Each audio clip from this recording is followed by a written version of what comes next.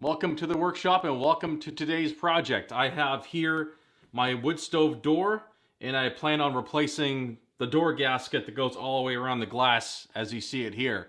Now this is about 10 years old of a gasket. This is the original gasket and I'm going to replace it with this right here, which is the Stanbroil Black. This is a gasket available on Amazon. I'll put the link right down below. But this size here is the 5/8 size rope, which is a solid rope gasket. This one here is a gray color, which supposedly has some graphite or some kind of mineral embedded into it. Versus, as you see it here, this is just a fiberglass standard white color. This one supposedly has some impregnated graphite in there. So that helps out with longevity and durability. So that's why I went with this one here. So I'm going to try it out. Like I said, this is the 5/8 size. And it kind of looks bigger than that at first when you pull it out of the bag. But once you stretch it out, it turns into about 5/8. So I did get originally the 7/8, which I thought was what this was here. But actually when I got the 7/8, it was massive. Like it was like a freaking snake. And I was like, okay, let me just return that and buy the smaller size, the one size down, and the 5/8 is the one size down. So I'm going to go ahead and apply this here. This looks more like the original when this thing was brand new, and get to it. So you get about 84 inches in here, which is nice. You get a really generous amount. I think I'll have enough to do 2 times around here, or 2 different, replacements. But I won't need that much, and I'll show you how I'm going to cut this down as well, which is really important. So I'm just going to put this off to the side here. The first thing we have to do is peel off this old gasket. Now, this one doesn't look too bad, okay? I mean, it does have an imprint indentation all the way around, and I was getting a little extra airflow into the stove, which means it runs extra hot.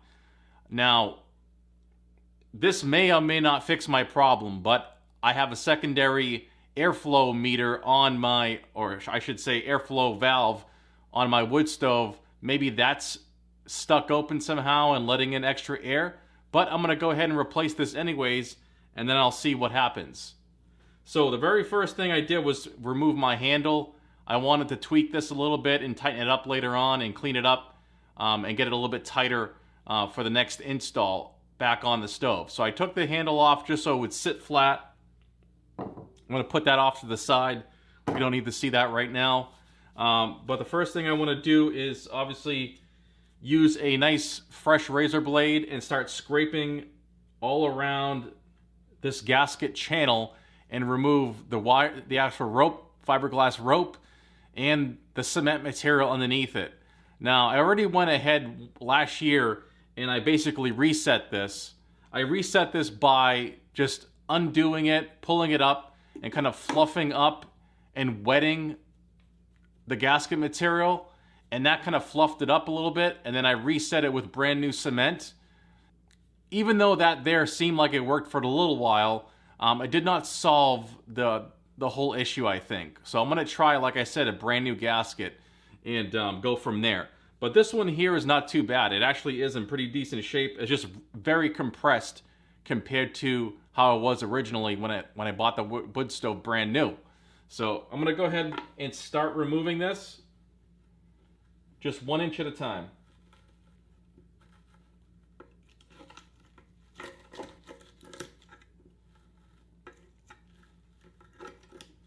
You're going to want to do this in a well-ventilated area because this is fiberglass. Put a mask on.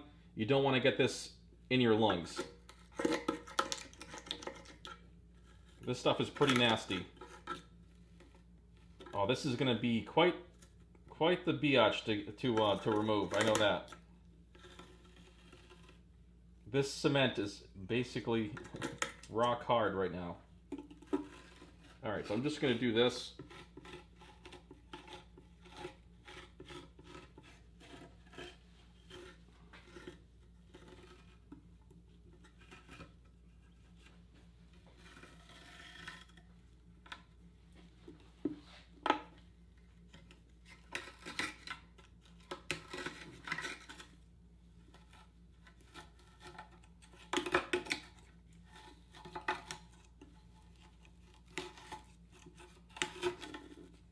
this stuff is extremely brittle and it's just going to fall apart on you.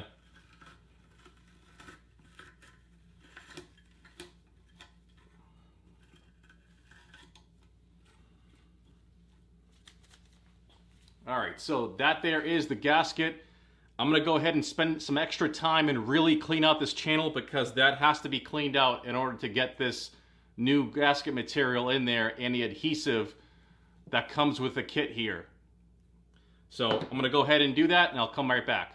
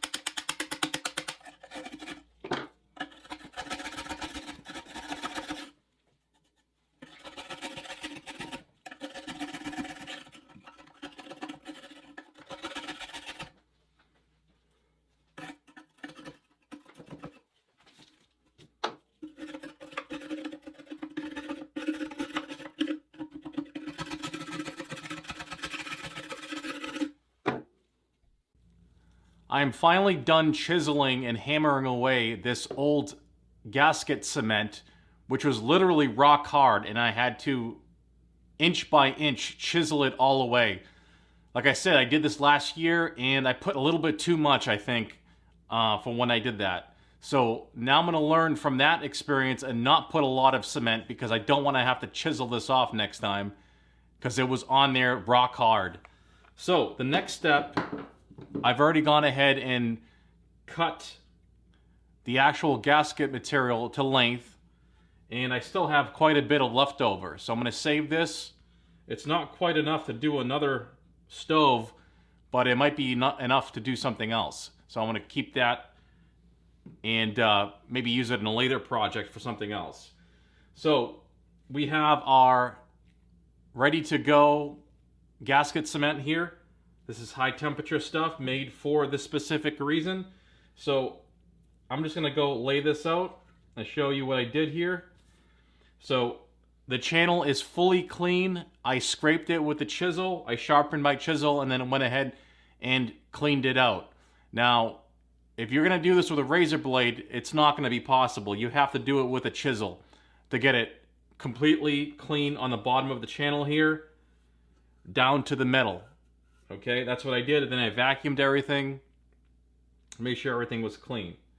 Then I went ahead and used I lay this out gently in the track, and my seam's going to be right at the hinge. So halfway between the hinge point here, right in the center, is going to be where my seam is going to be. And then I lay this out kind of gingerly all the way around to get my size. Now, this is going to compress a lot. It's really thick right now, but I'm telling you, over time, this thing is going to really compress and flatten out because it is solid. It's a thick gasket. It's not a flat gasket. So this will end up turning into a flat gasket over time. So you want to start off with just kind of laying it in there, get your size. And then once you get your size,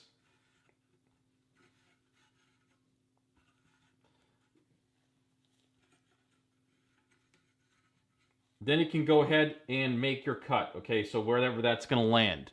You want to make your cut with a brand new razor blade and then basically put it on the tabletop and kind of like cleave it. Just like literally get it exactly where you want and then cut that right at the rope end where you want it to be a nice clean cut. And you'll get a nice clean cut just like that. So that's all it takes, a nice clean razor blade and put enough force and just literally just, you know, sever it off. And you're going to get a nice clean cut at the end of the fiberglass rope.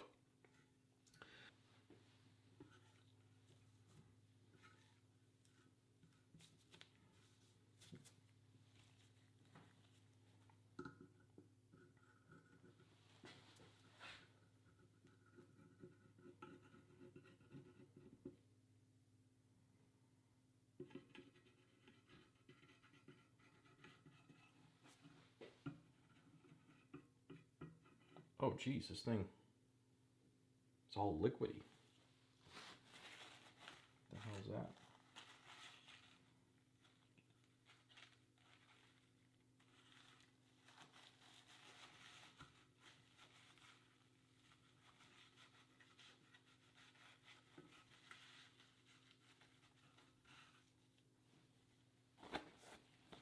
All right, so there was some water or fluid in here that was not cement, and it probably isn't mixed 100%. So I'm gonna try to get that all out of this tube because I don't want to pour it out onto here and kind of dilute the adhesive. I'm just gonna squeeze it back onto here. This is very liquidy, kind of clear fluid that's in there that it didn't fully mix. So I want to make sure I get a solid stream of the dark gray stuff.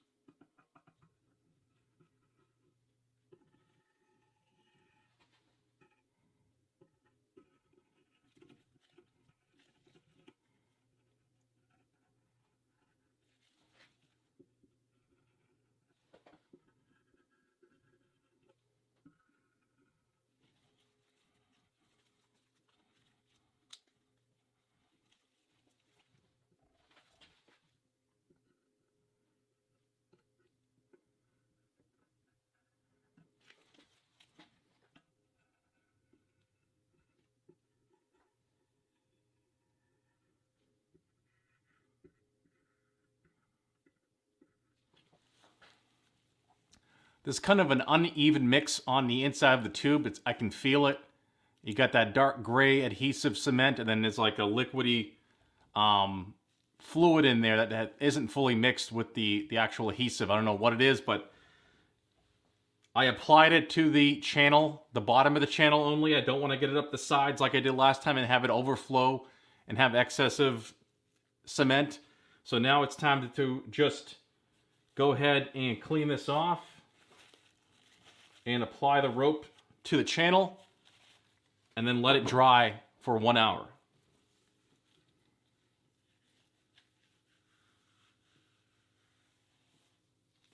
I'm just gonna go ahead and like kind of stretch this out just a little bit to give me some more length. It will contract back, so don't worry.